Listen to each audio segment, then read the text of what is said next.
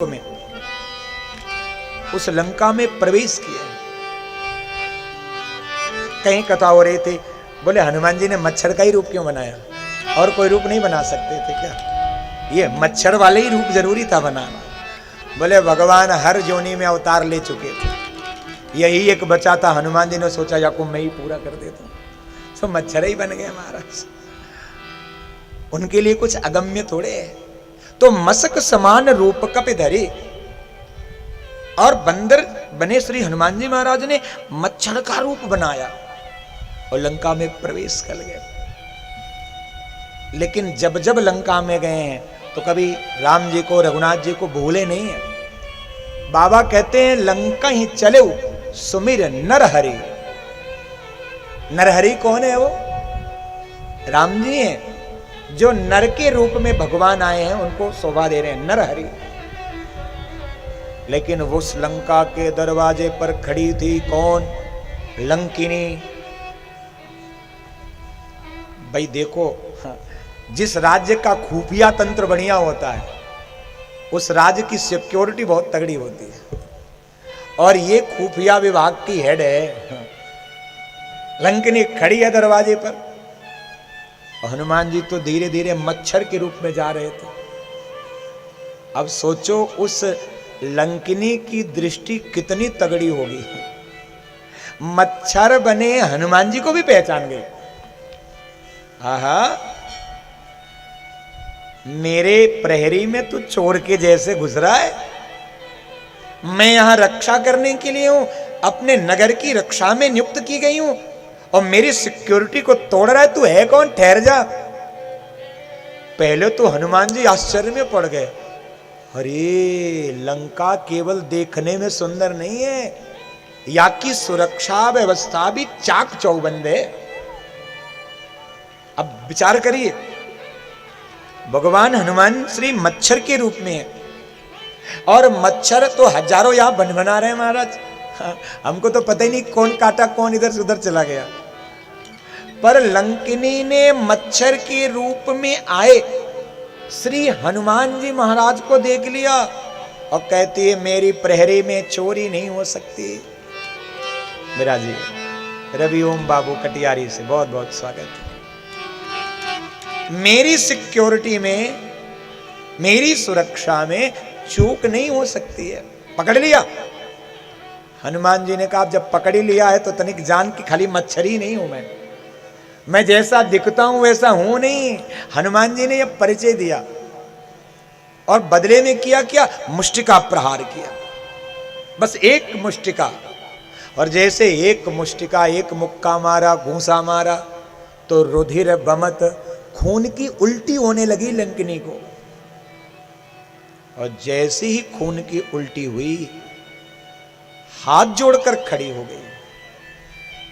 आहा, आज तक इस संसार में कोई ऐसा नहीं हुआ जो लंकिनी को मुष्टिका प्रहार करके मूर्छित कर दे, वाक्य मुख से रुधिर की बमन करा दे। तुम राम जी के दूत हो ना? हनुमान जी कहे बाप रे, ये खाली सिक्योरिटी वाली नहीं है, इसकी खुफिया तो बहुत तगड़ी है, ये जान रही है मैं कौन हूं। हनुमान जी ने पूछा भैया पहचान तो बड़ी तगड़ी है, पहचान तो सच में रही है, मैं उन्हीं राम जी का दूत हूं। पर तनिक मुझे बताएगी ये जानकारी तुझे मिली कहां से? मेरे प्यारे, अभी तक की कथानक में तो केवल आपने लंकिनी और हनुमान जी का संवाद देखा, लेकिन आज जो लंकिनी हनुमान जी को प्रत्युत्तर दे रही है, ये आपके पिछले जन्मों के किए गए पुण्य सुकृत का सर्वश्रेष्ठ उदाहरण है, जिसे मानस में तुलसी बाबा सजाकर परोस रहे हैं। तात मोर यति पुण्य बहुता, तात मोर यति पुण्य बहुता, तात मोर यति पुण्य बहुता, तात मोर यति पुण्य बहुता, तात मोर यति पुण्य बहुता।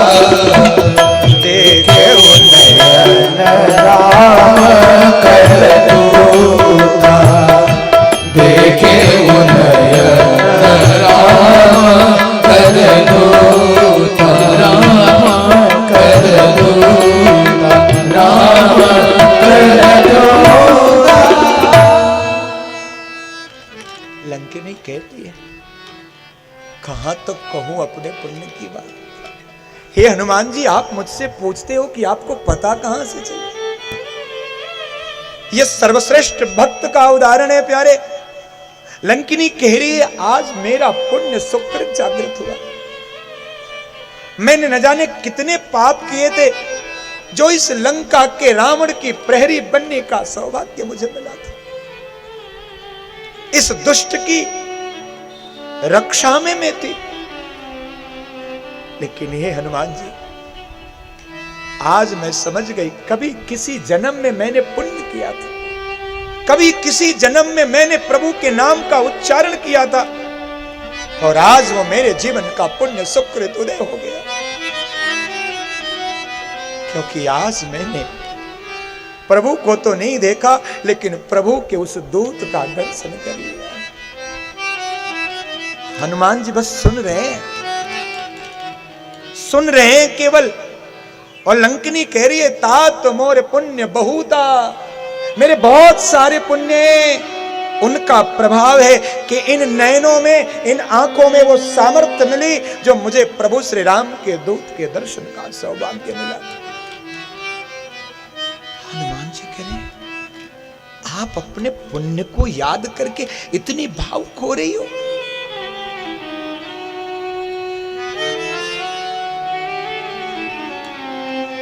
लंकिनी कह रही है, जानते हो क्यों कह रही है? क्योंकि इस जीवन में किसी क्षण में, किसी पल में अगर मैंने सत्संग किया हो तो उस सत्संग का ये लाभ है, उस सत्संग का ये लाभ है। और उसी लाभ से आज आपके दर्शन का सौभाग्य मिला। और तब मैया लंकिनी श्री हनुमान जी महाराज को आदेश देती, प्रवेश नगर कीजे सबका,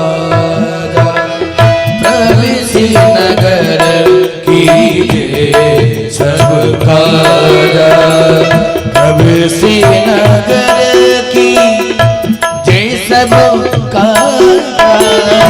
प्रवेश नगर की जय सबका, की कौशल पुर दादा, की कौशल पुर दादा। मैया आज्ञा कर रही है, हे हनुमान जी, जिस समय ब्रह्मा जी ने वरदान दिया था रावण कुंभकर्ण को, उस समय मुझे भी आज्ञा करी थी। तब मैंने कहा, हे प्रभु, कब तक इन असुरों के दरवाजे पर दरबानी करनी होगी, द्वारपाल बनना होगा। ब्रह्मा जी ने कहा, जब किसी बंदर के हाथों पिटाई होगी तुम्हारी और तुम व्याकुल हो जाओगी, तो समझ लेना प्रभु का आगमन हो चुका है और प्रभु के दूत के हाथों तुम्हारा उद्धार होगा। हनुमान जी के चरणों में प्रणाम करके अपनी सुंदर गति को बनाया और जाते जाते कह गई, प्रवेश नगर कीजिए सब काजा। हे हनुमान जी, अब आप नगर में निश्चिंत होकर प्रवेश कर जाइए, क्योंकि द्वारपाल ही नहीं रहा तो अब रोकने वाला कौन है। जाइए, हृदय में भगवान कौशलाधीश श्री राघवेंद्र सरकार को धारण कीजिए और अपने अभिष्ट कार्यों को सिद्ध कर लीजिए। क्यों? क्योंकि उन प्रभु की कृपा से, उन श्री राघवेंद्र सरकार की कृपा से क्या नहीं हो सकता है, क्या नहीं हो सकता है। हनुमान जी सत्संग का लाभ ले रहे हैं और मैया लंकिनी हनुमान जी को इस सत्संग के सुंदर सुंदर फल बता रहे। क्या हो सकता है मां? रघुनाथ जी की कृपा का क्या फल है?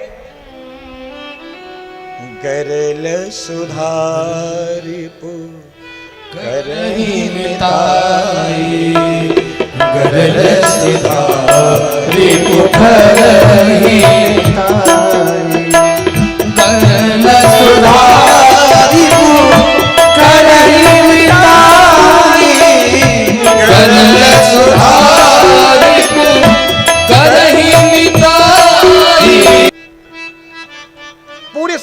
का फल।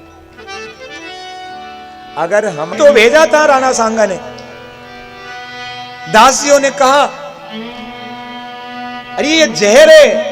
मैया कहती है ना, ये तो मेरे ठाकुर का चरणामृत है। मैया का विश्वास था तो वो जहर भी अमृत बन गया।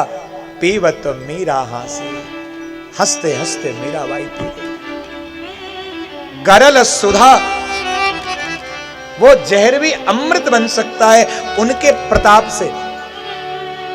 और रिपु, रिपु कहते हैं शत्रु को। गरल सुधा, जहर अमृत बनेगा और रिपु मित्र होगा, शत्रु मित्र हो जाता है। महाराज, यह ठाकुर की कृपा है कि शत्रु मित्र बन जाता है।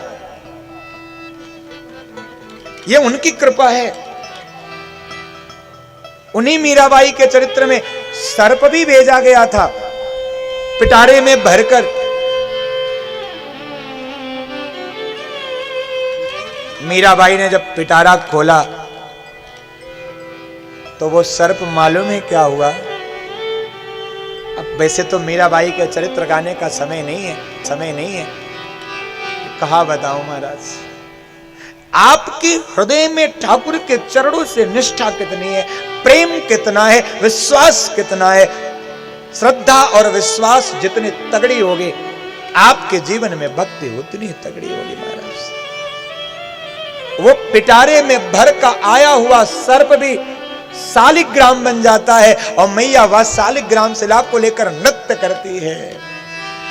गरल सुधा रिपु करहि मिताई, गोपद सिंधु। सिंधु किसे कहते हैं?